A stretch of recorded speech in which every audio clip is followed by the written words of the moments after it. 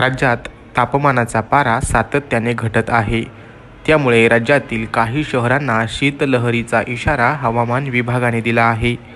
नाशिक आणि नाशिकचा घाटमाथा, पुणे आणि पुण्याचा घाटमाथा तसेच अहिल्यानगर या जिल्ह्यांमध्ये तुरळक ठिकाणी शीतलहरीचा इशारा हवामान विभागाने दिला आहे.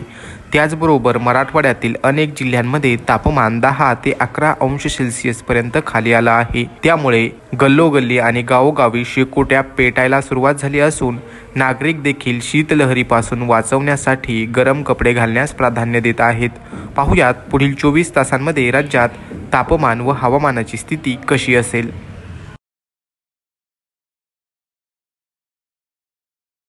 राज्यातील इतर शहरांच्या तुलनेत मुंबईत काहीसं उष्ण हवामान असल्याचं पाहायला मिळत होतं. आता मात्र मुंबईतील किमान तापमानामध्ये घट नोंदवली जाणार असून पुढील 24 तासांमध्ये मुंबईमध्ये कमाल तापमान 33 अंश सेल्सिअस तर किमान तापमान 15 अंश सेल्सिअसपर्यंत खाली येणार आहे.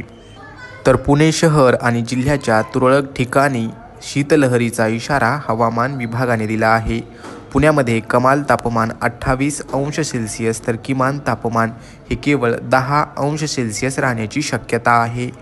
मराठवाड्यातील प्रमुख शहर असलेल्या छत्रपती संभाजीनगरमध्ये सकाळच्या वेळी काहीसं धुकं असणार आहे, तर त्यानंतर आकाश निरभ्र होईल. तर संभाजीनगरमध्ये देखील थंडी जाणवण्यास सुरुवात झाली असून कमाल तापमान हे 29 अंश सेल्सिअस तर किमान तापमान हे 11 अंश सेल्सिअसपर्यंत खाली येणार आहे. नाशिक जिल्हा आणि नाशिक जिल्ह्यातील घाटमाथ्यावर तुरळक ठिकाणी शीतलहरीचा इशारा हवामान विभागाने दिला आहे. नाशिकमध्ये अनेक ठिकाणी तापमान हे 9 अंश सेल्सिअसपर्यंत खाली येण्याची शक्यता आहे.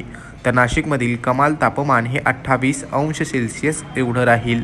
विदर्भातील प्रमुख शहर असलेल्या नागपूरमधील किमान तापमानामध्ये 1 अंशाने वाढ होणार आहे.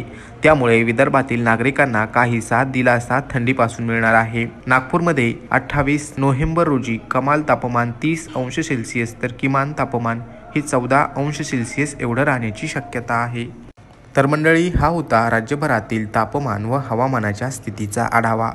एकंदरीत राज्यातील नाशिक, अहिल्यानगर आणि पुणे जिल्ह्यामध्ये थंडीचा कडाका हा चांगलाच वाढणार असून हवामान विभागाने शीतलहरीचा इशारा या 3 जिल्ह्यांसाठी दिला आहे.